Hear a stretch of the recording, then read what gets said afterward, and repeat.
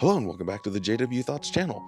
My name is Wally and we are doing episode 2 of Couch Talks with Wally. Wally yapping about whatever's on his brain this week. I don't know, it's more of a podcast, relaxed style. You guys seem to enjoy the last one that we did, so I thought we'd bring it back for a round 2. Now, for those of you that don't know, there is a Facebook group called the Liberati, and they have a monthly Zoom meeting, so you can do your face cam or you can just do audio only. And it's a really cool space if you want to just talk about a lot of the issues that ex-Jehovah's Witnesses are facing and dealing with, and the people that host it are super awesome, and just getting a lot of good insights and different perspectives about how to deal with a lot of the issues that some of us do no doubt go through. So I put a link in the description pretty much of every single video. So if you look down, there's a Facebook group. So click on that link. There's a little bit of a vetting process because they try and keep it a very safe space. But shout outs to the Liberati for doing that. And as long as someone reminds me, I'm usually there every month as well. So it's a good time to just hang out for a couple hours every month. Anyway, the reason I bring that up is because there was a topic a couple days ago that people were talking about, and I think it's probably the number one most brought up issue facing people when they are leaving, not just the witnesses, but any high control group, because it's not just ex-Jehovah's Witnesses that make their way to the channel, but it's a lot of variety of people. So the number one thing is, how do I find other people? Because the great thing about any church or community that you have is the support system. You kind of have automatic friends. So my suggestion for this is basically take that same mindset and reverse engineer it. So why were you friends with people within the whatever faith-based community that you were part of? Well, it's probably because you had similar goals, interests, you did similar things. So no doubt you had things to talk about. And just like when you leave, you no longer have anything in common. So the biggest factor is finding people that you have things in common with. So it's a good time to sit back and reflect and think, okay, now I don't have to go to meetings twice a week. I don't have to prepare for the ministry, go in the ministry, do my family worship, conduct Bible studies, prepare meeting talks, clean the Kingdom Hall, do inventory, work on the reports and all of that stuff. You have a lot more free time. So use that time to figure out what you enjoy doing, whether that's, hobbies or going to movies, TV shows. There are so many different groups of people that get together, whether it's book clubs or going to coffee shops and talking, debating, chess clubs, Scrabble clubs, you name it. There's probably a group out there in your area that also enjoys doing that same thing. So putting yourself out there and just kind of thinking, okay, it doesn't just have to be people you work with. It might be a great option, but it doesn't just have to be those, because sometimes there's a bit of a barrier there, right? It's like, okay, you got to keep work at work. Serious friendships maybe don't quite develop in the exact same way, or maybe you just don't have that chemistry, because obviously your work isn't going to be the defining factor of you, or at least hopefully not. So try and just focus on yourself and finding some common or finding people that have common interests in whatever you like to do. So if you enjoy books, go to a coffee shop and read books. I promise you, people that also like to read books will turn up. And then was trying to think of a vegetable joke, but then it couldn't work. Anyway, don't sit at home and be a tubular vegetable buried under the ground, but go to a coffee shop and turn up. People turn up. This isn't working at all, but you guys kind of get what I'm saying. And I hope that people actually really take that to heart, because it is far and away the most asked question, whether it's in our monthly Zoom meetings or through private messages. How do I find other people? How do I make friends now? And so just reverse engineer. Yeah, do what you already know best.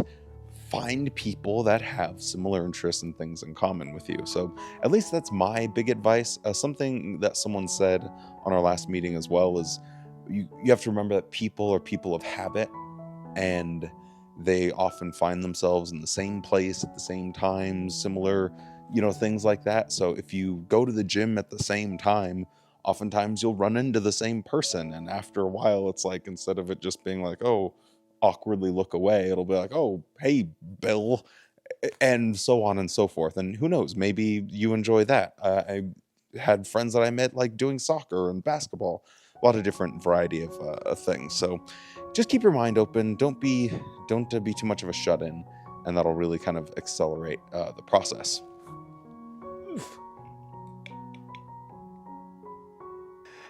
Now, another thing that I wanted to talk about was that little tiny voice inside our heads, and it's been something that I've been really working at lately, and it's something that I thought was kind of gone, but been trying to actively think about it more lately, and that is just this idea and concept that your happiness, your satisfaction, your joy, your fulfillment is something that has to be earned. You don't deserve to be happy. You don't deserve kindness. It's a very odd position to be in, where you are taught from infancy that you are not deserving of kindness. You deserve death. That's the Christian paradigm. You're born the sinful creature that deserves to die. And part of our inner dialogue can carry over some of those traits and tendencies, where we tell ourselves we're not worthy, we're not worth it, and it can be a little bit depressing. And it can manifest itself in a lot of different ways. So changing that is, or at least noticing if that's something that happens to you, where you feel inside that you're not worthy or deserving of happiness, it starts with the recognition of that. Because it's like the new outro, show yourself the same kindness that you show to others. I think a lot of us really struggle with that. And it might be easier to identify, how to build someone else up. And then, we feel good about that, and we come home and, you pour a glass of wine and you cry yourself to sleep. So what are we doing for ourselves? And it's not selfish necessarily to heal yourself or work on yourself. It's, emergency medicine 101. You have to be in a position that is stable and okay if you want to be out there trying to help others. And that's something that I've been working on a little bit more myself lately as well. So my tip, or something that I'm trying to think about, is saying hi to Zizi. Hi, Zizi. Is just every day to make sure I take time to do at least one thing for myself, something that I enjoy, something that isn't like doing something for someone else, but like you just, for an hour, for 30 minutes, just doing this one thing, whether it's watching a TV show, taking an extra long shower, going for a walk, making a nice meal for yourself.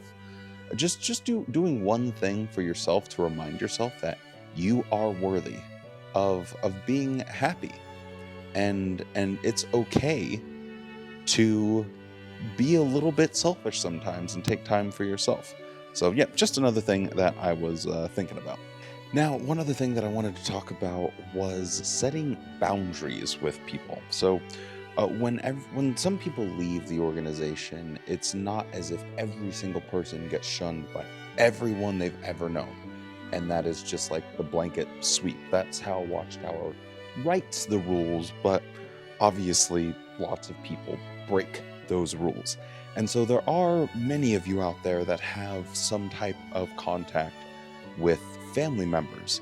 And a question that comes up all the time is, I have kids and they're trying to talk to them about Jehovah or study with them, or they want to bring up meetings and service and things like that. So on one hand, you don't want to rock the boat because you enjoy having whatever type of connection you can with your family members.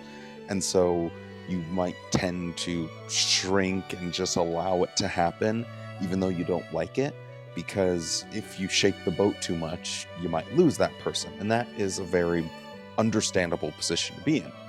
And then on the other hand, if you just go along with it, then you're also feeling like you're not progressing in life, that you become this stagnant person that isn't experiencing the rich fullness of making decisions, setting boundaries, and choosing your own path.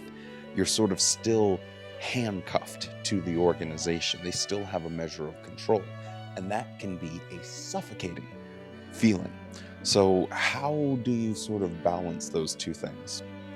Well, it's it's a whopper, and I don't think that there's like a one size fits all miracle pill that you can swallow, but you obviously have to take into consideration the nature of the situation and what is really at stake. So for me personally, I'm someone that I want there to be like, this is a boundary. And what I did was just reverse it, put the shoe on the other foot. If you're going to preach to me, then that opens the door for me telling you what I think.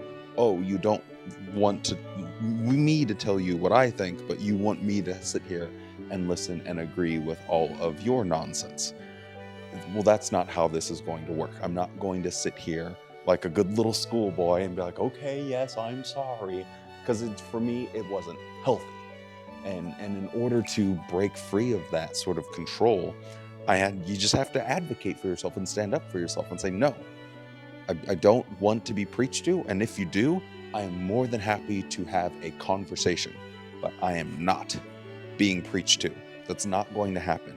And if you have kids, that's another very difficult one, especially if you're in a position where maybe you're still receiving like help from some of your family members. If you're at work and they're picking them up from school, that can be a very difficult situation to be in. So everyone's case is a little bit different.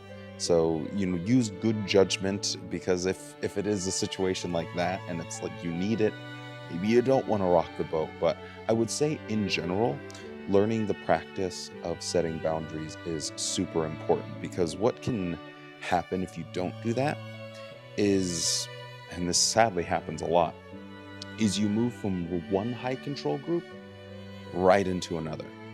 You find yourself outside of God's organization and into some narcissistic asshole's organization, where you're too afraid to speak up, you're too afraid to say no. You go along with things because you want to be a people pleaser. You want to just say, yes, that's okay, fine, okay, yeah, I'll go along with it. Even if it's something that makes you uncomfortable, even if it's something that you don't like. And obviously you don't want to just be like a abrasive person just shouting and screaming at everyone at the slightest inconvenience. But I'm talking like big things. And I see it time and time again where people get in horrible toxic relationships, abusive relationships, and it's normalized because that is their mode of operation. That is just standard operating procedures. I'm just so used to being ground down to pulp and just completely put in the blender of Watchtower. And I've built this indoctrination that I'm just kind of used to it, and it's almost normalized. Being treated or having your boundaries violated by people that know it's a boundary, you set it, okay, like, hey, I don't really like when you do this thing. And then they do it again, like, okay, remember we talked about this before, I really don't like when you do this thing. And they keep doing it over and over again. That is someone that doesn't care about you. That is someone that is inconsiderate of your feelings. Don't listen to their words at that point.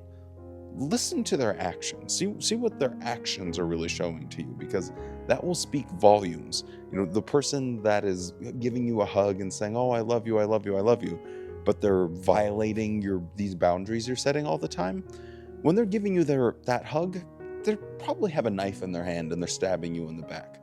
That it's a sad situation that there are shitters out there in the world that do this, but the sad reality is there are just people like that are looking to take advantage of others. And so arming yourself against those people, because they're like trained assassins, like professionals at seeking out wounded, hurt people, and having, just like a parasite, they just develop this symbiotic relationship with their narcissism and your insecurities, and it creates this giant ball of toxicity. And it all starts with being able to learn how to say no, knowing you don't have to be a people pleaser all of the time, that you can set realistic boundaries without coming off as an abrasive jerk, and you can find a happy balance in life. And people that respect that are going to be your real friends. They're going to be the people that care about you and lift you up, because they're not looking for something to gain from you. Just like Watchtower, they just want warm bodies to do the preaching, help with construction, and give you their donations, and hopefully raise a kid that will do the exact same thing. You are a commodity to them. Friendship isn't about the commerce of it. There's no like exchange there of like, well, what kind of value am I getting? It should be together. Like, you should both be adding something to the other person's life. And if someone's only taking away and extracting things from you, then that's just a parasite that needs to go a bye-bye. So just taking some time and reflecting, and maybe even writing it down. I know it's cliche, but making lists of, what are triggering things for me? What are things that I don't like? What are actions that people take that make me uncomfortable? And sometimes you don't even know what those are, because let's face it, you're coming out of this religion and you don't know anything about the world. It's just this big scary thing, and you haven't experienced a lot. So as you have more experiences, sometimes you're going to be in a situation where you're like, "Ooh, well, I didn't like that at all," but now you know. So you can develop strategies and figure out, okay, we're going to steer clear of these types of situations. On the other hand, these ones are pretty all right. Anyway, it's a big thing that happens a lot, and a big thing that comes up is, well, how do I set those boundaries? And honestly, it just takes a little bit of reflection and a little bit of time in order to do those things. So just a couple of the things that came up at our last meeting that we had that I wanted to just chat about for a little bit, for another sitting on the couch with Wally talking. So hope you guys enjoyed this, and be on the lookout for episode 3. If you're still around, you know what to do. Drop a like, subscribe to the channel, all that good stuff. And I'll see you guys next time.